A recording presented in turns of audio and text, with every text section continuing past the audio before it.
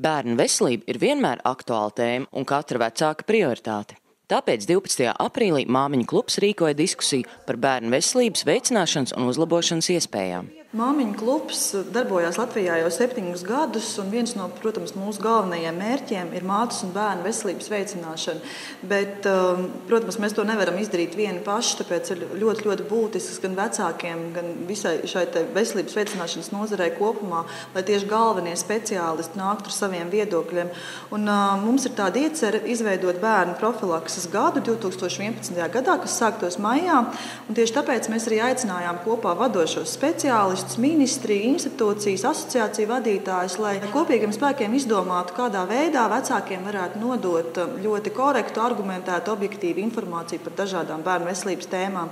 Mēs esam izvirzījuši 2 lielos tematus. Tā ir vakcinācija, kas ir ļoti pretrunīgi vērtēta gan no vecāku, gan arī pat no pašu ārstu puses, gan bērnu traumatisms. Tās ir 2 lielās lietas, kuras šogad mēs ķersimies klāt un veidosim gan informatīvus materiālus, gan sižetus, gan ārstu intervijas, lai kopā izveidot šo platformu. Ļoti būtiski, lai arī paši galvenie ārsti vecākiem paskaidrotu, kāpēc ir vajadzīga vakcinācija un kāpēc ir jāparūpējas, lai bērns nenonāktu slimnīcā ar traumām. Bērnu vakcinācija ir viens no tiem veselības aprūpes virzieniem, ar ko Latvija vienmēr ir varējusi lepoties citu Eiropas valstu vidū. Pie mums pret dažādām infekcijas slimībām vakcinēto bērnu skaits ir lielāks nekā daudzās vecajās Eiropas valstīs. Taču pēdējā laikā dažādu iemeslu dēļ bērni tiek vakcinēti mazāk nekā iepriekš. Arvien biežāk vecāki diskutē par jautājumu, vai maz nepieciešams bērnus vakcinēt. Patreiz strādājot respiratoro infekciju nodaļā, es redzu, ka ļoti rūpīgi ievācot anamnēzi un ņemot vērā to, ka es visnotaļ interesējos par vakcināciju, es redzu, ka vismaz trešdaļa bērnu nav saņēmusi vakcināciju laikā. Ir daļa bērnu, kur mums rodas pirmā dzīves gada bērni ar pneimonijām. Nepārtraukti. Viņi taču visi ir vakcinēti pret pneimokoku. Viņiem būtu jābūt vakcinētiem. Diemžēl viņi nav vakcinēti, un viņi vispār nezina, ka viņiem šāda vakcīna ir jāsaņem daļa. Protams, daļa ir atteikusies viennozīmīgi. Ir katru mēnesi 2-3 pacienti, kas nav vakcinēti pret tuberkulozi. Ir 4 mēneši, 3 mēneši bērni ar akūtu tuberkulozi. Kur viņi rodās? Tātad ar viņiem ģimenes ārsts nav pietiekoši labi strādājis. Vai viņi vispār viņu neapmeklē? Ir cilvēki, kuriem es viņiem jautāju, viņi nezina, kas ir viņu ģimenes ārsts. Ja? Diskusijas gaitā tika izteiktas dažādas idejas, kā veicināt bērnu saulaicīgu vakcināciju pret bīstamām infekcijas slimībām. Man liekas, ka pati sabiedrība varētu būt aktīvs prasītājs no pirmkārt primārās aprūpes, lai viss tas, ko valsts apmaksā, lai viņi arī būtu saņēmuši vai saņemtu.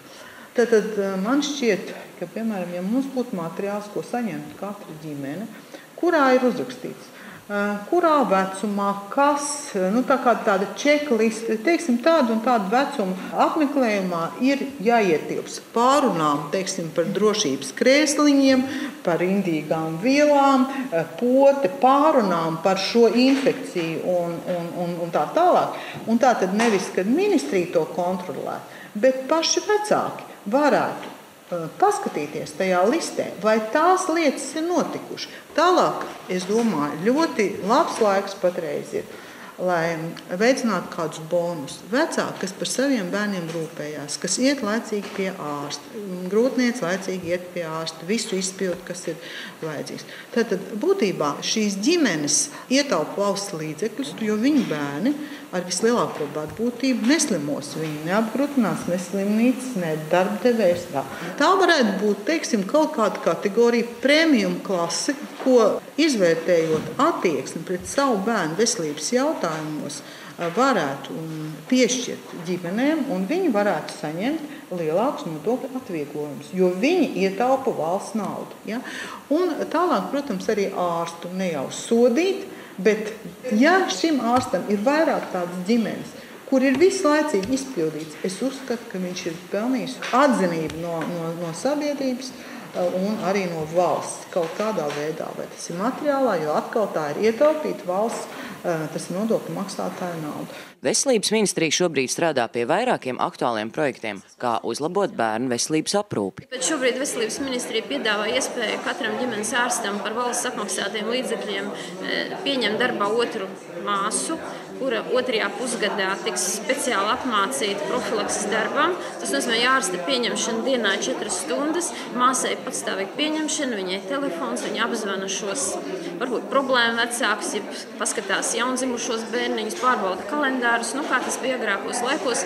Nākošais, ko mēs plānojam arī 2. pusgadā, būs šis ģimenes ārstu konsultatīvais tālrunis. Mēs strādājam arī pie brīvprātīgas ģimenes ārstu kvalitātes sistēmas, kur ārsti, kas dara varbūt mazliet vairāk, viņiem ir ātrās palīdzības izsaukuma praksēm mazāk, bērni sapotēti ir vairāk, tātad būs iespēja arī materiāli šos ģimenes ārstus stimulēt. Šobrīd netiek plānots nekādas soda vai, šajā brīdī, šajā gadā, zinot arī finansiālo situāciju, nekādas represīvas metodas, bet ministrija domā, kā tiešām stimulēt ar šo kvalitātes kritērijiem tos ārstus, kuri dara vairāk nekā par vidējo līmeni, aicinot arī uz profilaksi, veicināšanu, apskati.